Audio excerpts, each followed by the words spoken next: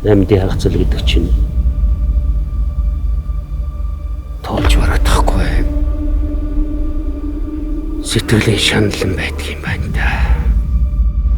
Хаал дүүргийн 2 дугаар орооны нутаг дэвсгэрээс өхлийн шалгаан тодорхойг зохицуулсан байна. Нас болон биеийн хэмжээнд тулгахтай адилхан байсан болохоор тэмдэг үзсэн.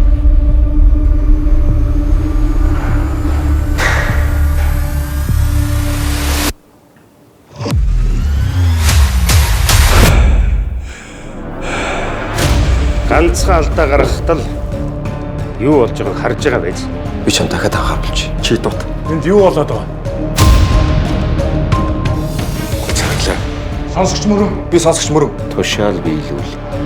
Би нэг л ойлгосонгүй. Захирлаа. Яан чи юу болж байгаа?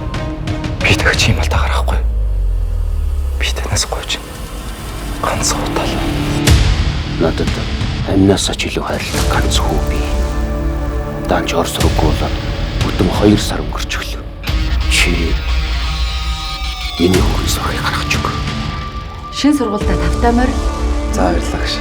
Миний бодлоор анги хамт олон найз нөхдөд нь ямар нэгэн нууц байхад байх шиг.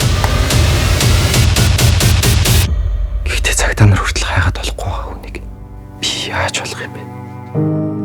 Нэг залуугаас болж бүх амьдралаа алдчихсан юм шиг ажиллахаа болж үз. Би нэг имийг баталгаатай мэдж байна.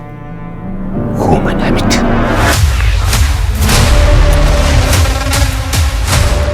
Хүү болж авчираад хэргийг хүлээлг. Бидний хэрэг баяртай хайж байгаа хүнтэй холбоотой байж магадгүй гэж мессеж авч байгаа. Хаана гож мэддэхгүй алга болцсон. Тэглээч тулга хоёулангаар нийгмийг гэж яах. Энэ хэргийн талаар дуудлага өгсөн дугаар нь тулгын нэр дээр бүртгэлтэй байдаг тухай.